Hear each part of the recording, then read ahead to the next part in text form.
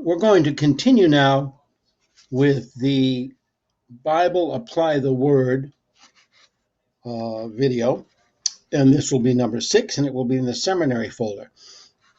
Now, we have gone over several things that this contains, and one of the things we haven't done yet, believe it or not, and there are so many things in here, is that occasionally, especially in the Old Testament, they will take someone like Jeremiah, and they will have his whole lifespan, as you see right there.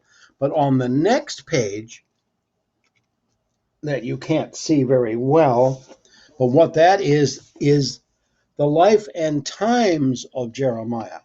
Now, what that means is it will take you all the way through Jeremiah 1 3, and it'll tell you all the way through Jeremiah's life and all that was going on around him, and Nebuchadnezzar and Nineveh and Joshua and Judah and Hezekiah and so forth.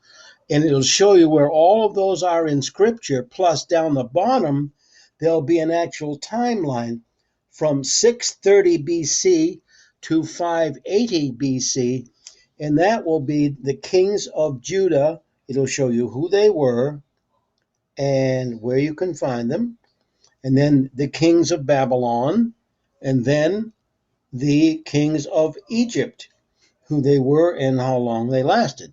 So if you go to the top, you can start with that. Nebuchadnezzar captured Jerusalem. Jehoiakim surrendered, it gives the dates, and is disposed to Babylon with other leaders, citizens. Zedekiah is appointed as ruler of Judea. Then over the right it says, Gedaliah is assassinated and remnants flee to Egypt despite Jeremiah's protest. He and his secretary Baruch reluctantly go along, and then that shows you where it is in Scripture. And then on the other side it says Jeremiah writes to his exiles, urging them to accept captivity. Then on the little bit on the left says Nebuchadnezzar defeats the Egyptians at, and he gives the place and the date. And then Nineveh falls to the Babylonians. Jeremiah begins paying tribute to Egypt. And then Zedekiah and so forth. It goes all the way down through these where you can find them. It's always not necessarily in Jeremiah, it can be in other books as well.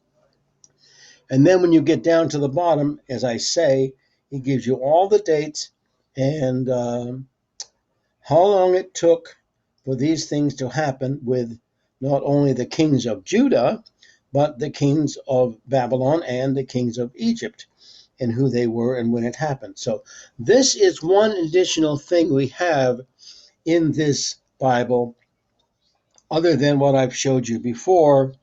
And again, it gives you an idea of how in-depth this Bible is and what great features it has. We will continue this shortly. This section is quite remarkable.